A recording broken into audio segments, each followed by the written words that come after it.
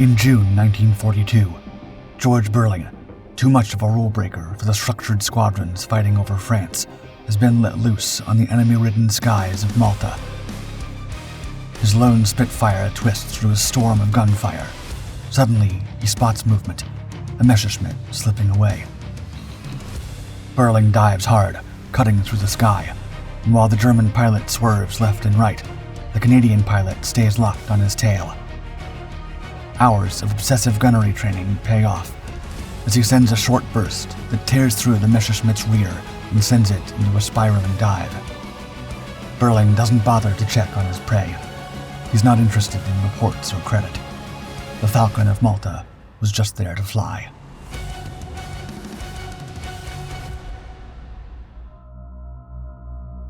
From the moment George Frederick Beurling's father handed him a model airplane at the age of 6, the boy was obsessed with the skies. By 12, the young Canadian was already taking the controls of actual aircraft, and at 14, he soloed for the first time.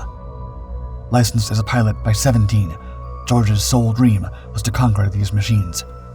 As he recalled, quote, "Ever since I can remember, airplanes and to get up in them into the free sky have been the beginning and end of my thoughts and ambitions." But his journey toward being an ace would be anything but smooth. When World War II erupted on September 1st, 1939, Beurling, just shy of his 18th birthday, saw his chance to fulfill his dream of becoming a fighter pilot, and immediately tried to join the Royal Canadian Air Force, but was rejected due to his unimpressive academic record. From then on, he'd harbor a fierce resentment toward the service. Undeterred, Beurling's next plan involved joining the Finnish Air Force to combat the Soviet invasion during the Winter War, but once again he was denied due to his parents' refusal. Still driven, after saving up, he took a job on a munitions freighter headed for England, determined to enlist in the RAF instead. Upon arrival, he hit another roadblock. Without his birth certificate, he couldn't sign up. Beurling returned to Canada, retrieved his paperwork, and sailed across treacherous U-boat-infested waters back to Europe.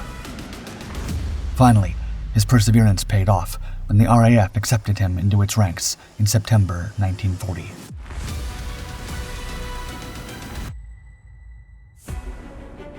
Beurling's natural talent caught the eye of Ace Ginger Lacey during training, who said of him, quote, "There are not two ways about it. He was a wonderful pilot and an even better shot."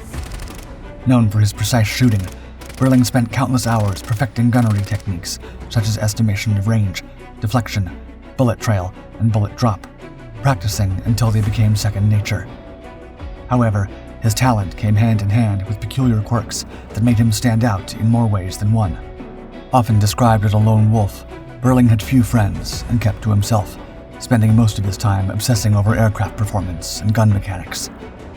According to fellow pilot Hugh Godfroy, George was, quote, "a tallish, slim fellow with a disheveled crop of blonde hair, sharp features, and deep creases down each cheek. He had large ice-blue eyes that rarely blinked." Beurling's odd behavior and disregard for authority earned him the nickname Buzz, as his erratic flying style and almost reckless daredevil antics in the air were well known. After joining the 403rd Squadron, George rejected a promotion because he wasn't interested in the added responsibility or duties. He simply wanted to be in the air, fighting, and didn't want anything to get in the way of his flying time. This choice caused his commander to appoint him Tail End Charlie. He'd be flying as the very last aircraft of the formation, the most dangerous position, as it was often the first target for incoming attackers. And while most rookie pilots with no claimed victories would have crumbled under the intense pressure, Beurling was not one of them. On March 23, 1942, during a sweep over northern France, he was the first to spot a group of FW-190s diving toward his squadron. Despite orders to maintain radio silence, Beurling called out the incoming enemy through the radio. Moments later, 3 FW-190s closed in fast, their tracer round zipping past his cockpit, inches from tearing through the fuselage. The enemy was so close he could almost see their faces. According to Beurling, he was sure he'd be shot down until, quote, "I suddenly got a brainstorm." In a matter of seconds, George cleverly lowered his landing gear and flaps, causing them to overshoot his slowed Spitfire, allowing him to return to base. Once there, he was reprimanded for breaking radio silence, and the young, brazen pilot furiously confronted his commander in front of the entire squadron. While his complaint was justified, his actions were seen as a complete disregard for authority, and he was transferred to 41st Squadron.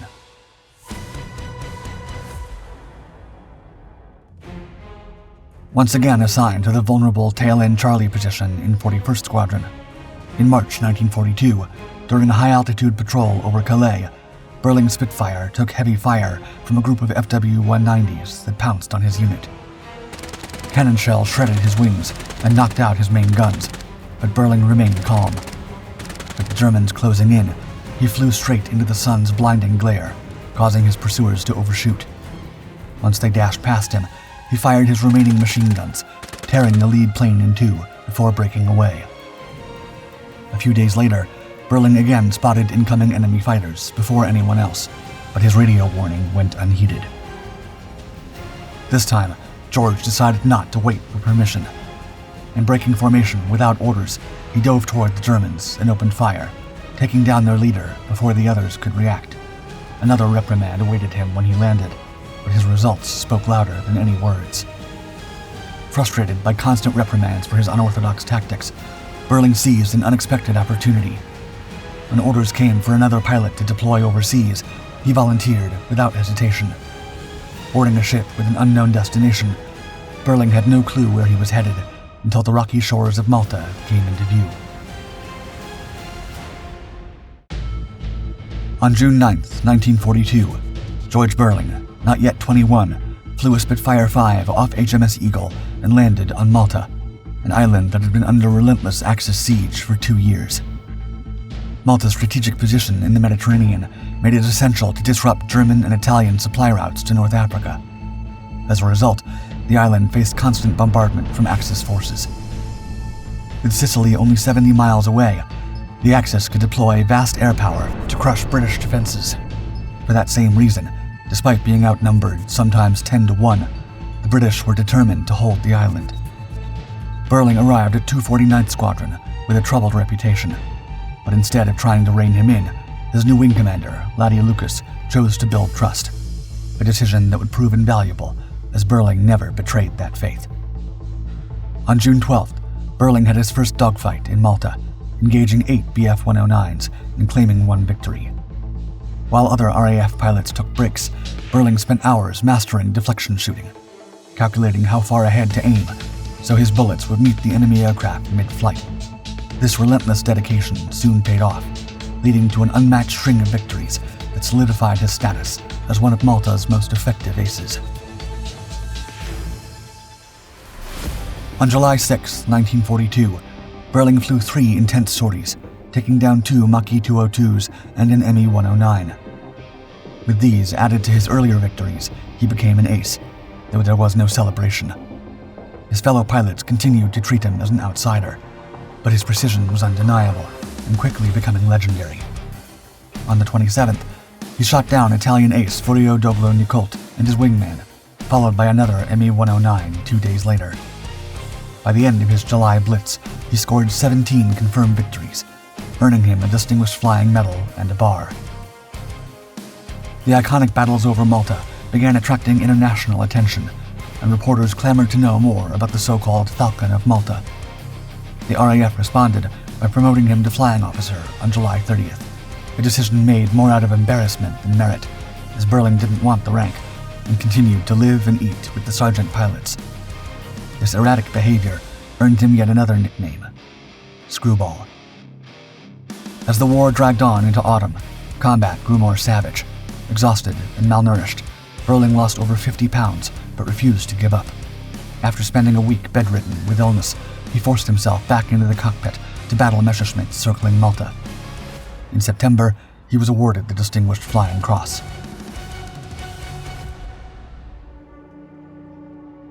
In early October 1942, George Beurling embarked on a 5-day streak of combat that would become known as his October Blitz. On the 10th, leading 3 Spitfires, he dove into a swarm of 8 Junkers Ju-88 bombers guarded by 50 fighters. In the ensuing dogfight, Beurling downed 1 bomber but took fire, blood streaming from his finger and forearm. Undeterred, he pressed on, damaging a Messerschmitt Bf-109 before two more closed in on his tail. Cannon fire tore through his Spitfire as bullets shattered his cockpit. Beurling plunged into a steep dive, the sea approaching at nearly 400 miles per hour. Pulling out, he managed one more victory before attracting a horde of German planes. The fight continued, and Beurling's plane took devastating hits. He later recounted, quote, "A chunk of shell smashed into my right heel. Another went between my left arm and body, nicking me in the elbow and ribs. Shrapnel spattered into my left leg. The controls were blasted." Trapped in a full power spin from 18,000 feet, Beurling fought to escape his doomed aircraft. He recalled his struggle, quote, "I threw the hood away and tried to get out, but the spin was forcing me back into the seat. This is it, I said to myself." With his engine in flames, Beurling managed to bail out at just 500 feet above the water. Parachuting down, bleeding and exhausted, Pilot George removed his gloves and laughed as they floated away in the breeze, a surreal moment after a battle that nearly ended his life. The young man was found floating in blood-stained water, clutching the Bible his mother gave him. Despite his desire to keep fighting, his injuries were too severe. He was awarded the Distinguished Service Order and evacuated from Malta. His October Blitz had ended with 8 more victories to his name. As fate would have it, the Liberator carrying him to Gibraltar crashed on landing. While the majority of the passengers perished, Beurling, wearing a plaster cast, managed to swim 160 yards to shore. Recuperating in the hospital, he recalled, quote, "You fly and fight and live for the minute, and you team up with guys who know nothing about you and about whom you know nothing. All you know is the other guy is full of guts and does the job. Then the break comes and you all fly away together, each to go his own way at the journey's end, but each with something to share with the others none of you will ever forget." When George Beurling landed back in Britain after his whirlwind campaign over Malta, his reputation as one of the world's most fearless and skilled fighter pilots was well cemented. Yet, the accolades and public recognition did little to fulfill him.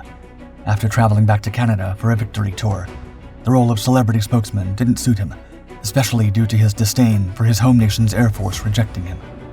During events, his blunt comments about enjoying combat shocked civilians and top brass alike. After a brief hospital stint, he returned to Britain, hoping to fly again. Beurling's defiance only continued to escalate. In late 1943, he began breaking formation to hunt German fighters alone, leaving his wingman exposed, even firing a shotgun at his wing commander's Tiger Moth in a fit of frustration. After a transfer to the 412th Squadron, George scored his final victory on December 30th, 1943, downing another FW-190 over Compiègne, France.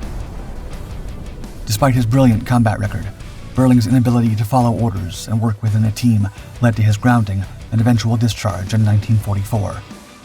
By the war's end, Screwball Beurling had racked up 31 confirmed victories and a chest full of medals, but no amount of decorations could keep him grounded. Afterward, he attempted to join the U.S. Army Air Forces and later volunteered to fly for the newly formed Israeli Air Force in 1948. This desire to keep flying ultimately cost him his life. On May 20th, 1948, his aircraft crashed while landing in Rome, his 10th crash and his last. George Beurling lost his life as he lived, alone in the cockpit, driven by an unquenchable urge to keep fighting. Air historian Dan McCaffrey wrote of him, quote, "They called him Screwball, Buzz, and the Falcon of Malta, and he was the greatest Allied fighter pilot of the Second World War. He was a complex, even paradoxical individual. He craved fame, but cared nothing for promotions. He loved attention, but had little use for intimacy. And when he died, he was remembered as Canada's most successful and tragic combat hero of World War II.